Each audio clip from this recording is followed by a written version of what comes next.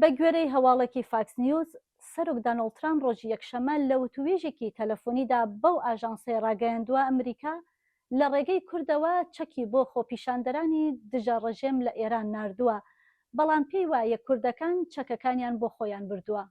سەرۆکی ئەمریکا هەروەها لە پلاتفۆرمی تروس پەیامێکی توندی ئاراستەی ئێران کردووتی ڕۆژی سێشەمە دەبێتە ڕۆژی ناوەندی وزە و ڕۆژی پر لە ئێران و هەمووی پێکەوە دەکرێت.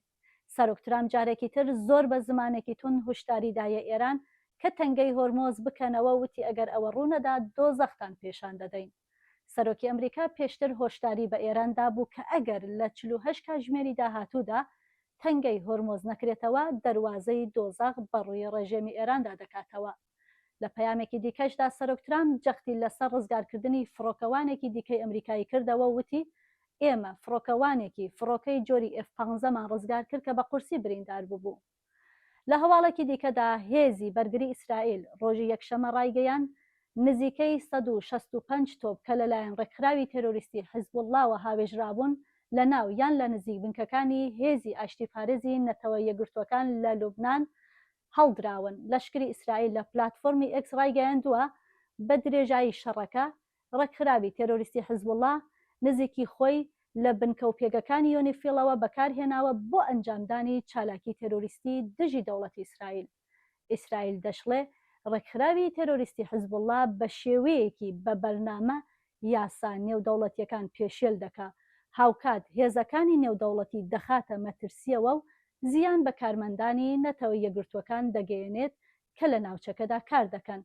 لە کۆتایی ڕاگەیەندنەکەدا هێزی بەرگری ئیسرائیل جەختی لەسەر هەماهەنگی لەگەڵ هێزەکانی یۆنیفڵ کردووەتەوە و توێتی بە درێژایی ململانەکان لە باشووری لوبنان ئیسرائیل مکانیزمێکی هەماهەنگی لەگەڵ قەوارەکانی هێزەکانی یۆنیفڵ لە ناوچەکەدا پاراستووە. سەرۆک وەزیرانی هەرێمی کوردستان سەرکۆنەی هێرشە قیزەونەکان دەکات کە لەلایەن چەکدارە تێرۆریستیەکانەوە دەکرێنە سەر کۆنسۆڵخانەی ئەمریکا و ناوچە سیڤیلیەکان لە ناوچەکەدا. مەسرور بارزانی سەرۆک وەزیرانی هەرێمی کوردستان ڕۆژی یەکشەمە لە تۆڕی ئێکس ڕایگەیاندووە ئەم دەستدرێژیە بە مەبەستانە مەترسیەکی گەورە بۆ سەر ئاسایش و سەقامگیری هەرێمی کوردستان و عێراق و تەواوی ناوچەکە دروست دەکەن و هەروەها دەشڵێ ئەمانە جێگەی قبولکردن نییەن. بارزانی جارێکی تر داواکەی لە حکوومەتی فدراڵی عێراق لە بەغدا دووپات کردەوە بۆ ئەوەی دەست بەجێ هەنگاوێکی یەکلاکەرەوە بنرێ دژ بەم گروپە چەکدار و ملیشیا لە یاسا دەرچوانە.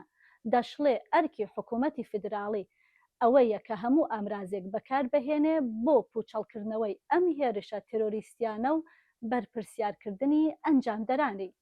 بەپێی دوایین ئامارەکان لە وەتای هێرشەکانی ئەمریکا و ئیسرائیل دژ بە ڕێژێمی کۆماری ئیسلامی ئێران دەستیان پێکردووە، ئێران زیاتر لە 600 هێرشی موشەکی و فڕۆکەی بێفڕۆکەوانی کردووەتە سەر هەرێمی کوردستان کە لە ئەنجامی ئەو هێرشانەش بەلانی کەمەوە 14 کەس کوژراون و 93 کەسیش بریندار بوون. ئەمەش لە کاتێکدایە کە حکوومەتی هەرێم دەڵێ ئەو بەشێک نییە لەو شەڕە و هەوڵێکی زۆریشی داوە تا هێرشە موشەکی و درۆنیەکانی سەر هەرێم ڕابگیرێت و ئێرانی ئاگادار کردوێتەوە.